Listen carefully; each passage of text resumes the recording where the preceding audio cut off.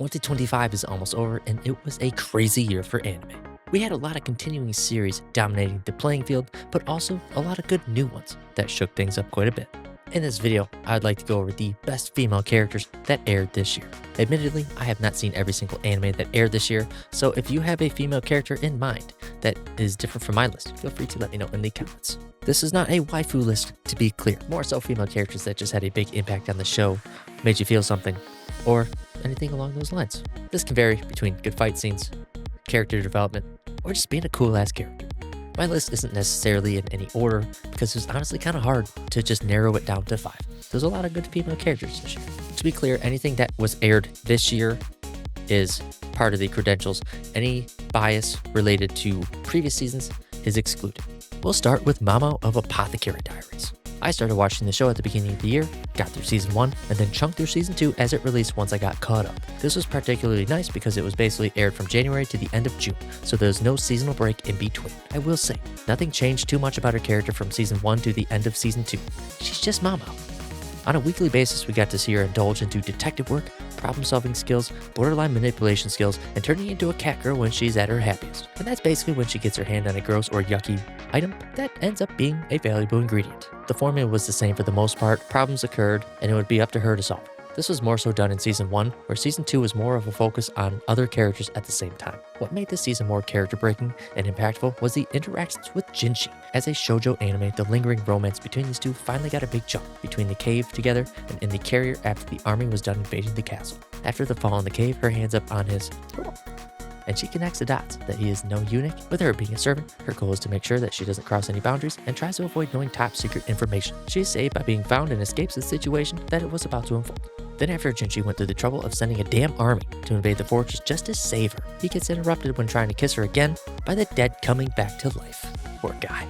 It really seems that she has an interest in him, but her personality is interfering with her advancements towards him. Instead of taking in the moment that a prince is trying to show his affection towards her, she's worried about the consequences, the cut on his face, and how it's healing, anything but taking in the moment that every woman in the show would die for the opportunity to have. All these interactions with the height of the show and her personality is what really shines bright. She's a lovable and likable character. Next up, we are going down a different direction with my next pick for the best anime girls of 2025, and it's Amo Empu of Gachiaku. She had a tragic backstory, but that's not why she's on here. It's more so how her story was told that made it more compelling. For me, the anime was good.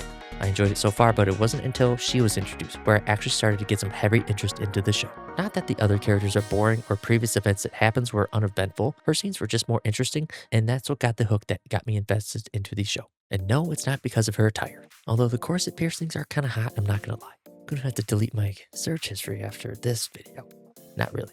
But if you've seen Demon Slayer, then you'd know every character has a tragic backstory. But the way the story progressed with Amo was really interesting to me. Got her inviting the cleaners inside her home and encouraging them to take off their masks, which was a part of her plan all along. With her ability, she's able to make sense that triggers smellers.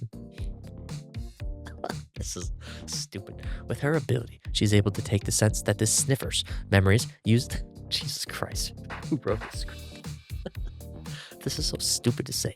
She's able to make sense that trigger the smeller's memories and then use those emotions to manipulate and control them by making her the target of their affection. Once she is defeated, she starts explaining her story to the group, but then gets pummeled by Rudo. They fill him in on her backstory and the existence of angels, and then you start to feel for her. After the cleaners leave, she is then jumped by an unknown character and took the only possession she truly cares about. God damn it, I remember saying, "Are you fucking serious right now?" I got all worked up after that. After seeing she was sold as a kid, was implied that her body was used for her seller's pleasure to put things in a way that I won't get taken down for, physically beaten, had to deal with accidentally killing someone, being lonely, gets beat up by Rudo, and then made seem like things were going to be okay. The writing on this was great. If you were left with no emotion after seeing this, then you're probably just as crazy as she is. Speaking of crazy, you guys all know how much I like Shinobu Kojo. Yeah, that was supposed to be the segue into that she's the next best female character of 2025. Demon Slayer Infinity Castle Part 1 featured the hardest part for me to swallow in the series, the death of my girl, Shinobu Kojo. I remember when I first got the manga and got to this part, I was so upset and in shock at her death that I had to put the book down for a minute to gather my thoughts on what just happened. The movie did her part so much justice at bringing it to life. It was unreal. They even added stuff that was not in the manga. The part where she's performing Dance of the Centipede 100-legged zigzag to pierce him into the ceiling. They showed her multiple times flying around him upside down, going by him, and that was a huge flex that got me jumping out of my seat. Her self-sacrifice was not in vain, as she experimented with various poisons to deal with Doma. Yeah, I better keep quiet because anything else I say doesn't qualify for her in this 2025 video, and spoilers for people who have not progressed with the manga.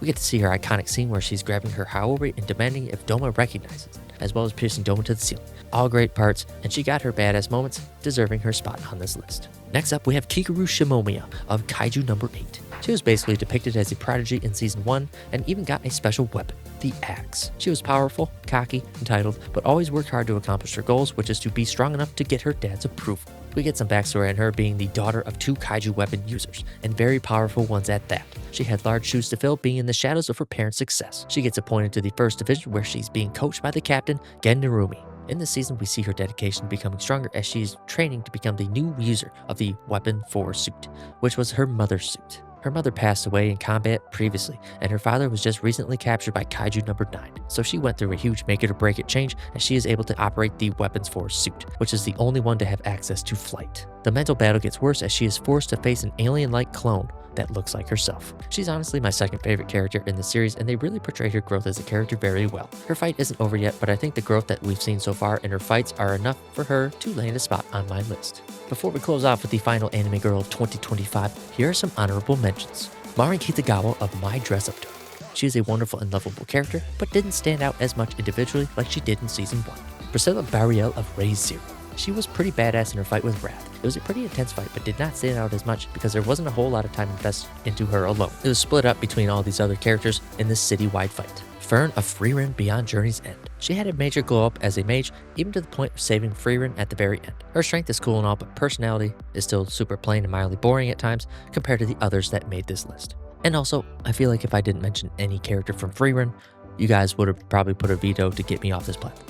Lastly, for honorable mentions, we have Toku Kirishima. She had a mysterious presence to her as the first half of the series revolved around solving puberty syndrome for surrounding people at their campus. Her backstory and puberty syndrome were cool, but made a good finale for the newest person. Lastly, the final female character that made the list was Reze from the Chainsaw Man movie. I did not have the opportunity to see it in theaters or through streaming it. I ended up reading it because this list had to be proper since Reze is the hottest thing in anime at the moment. So I read the manga. Offhand, I thought she was going to have some depth to her character. Well, that kind of blew up in my face. She was all action, baby.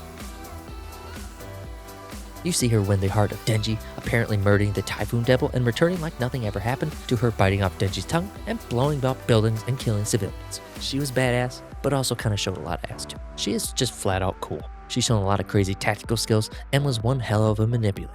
That's all I really had to say. She's just awesome, and I cannot wait to actually see this animated. So that is my list of best anime girls in 2025. Did any of your favorite characters make the list? Feel free to check out the partner video to this, the best anime dudes of 2025. That'll be linked in the description when it goes live, as well as the end card.